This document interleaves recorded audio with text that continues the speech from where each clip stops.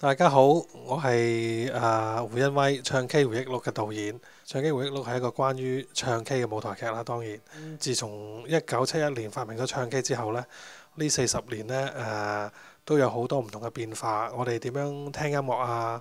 我哋點樣唱歌啊？我哋點樣談戀愛啊？我哋點樣去識朋友啊？好多都同唱 K 有關嘅。咁所以唱 K 回憶錄呢係收集咗好多呢啲咁嘅小故事啦，同埋啲小片段，咁都係同愛情有關嘅。咁佢唔係一個好完整嘅所謂有一個故事嘅舞台劇，佢係由好多經典嘅 K 歌同埋呢啲咁嘅小故事組合而成嘅。同埋我哋邀請咗上海、台北嘅演員一齊合作啦，就希望可以做到一個關於中港台嘅唱 K 嘅故仔。咁希望大家有興趣快啲買飛嚟睇啦！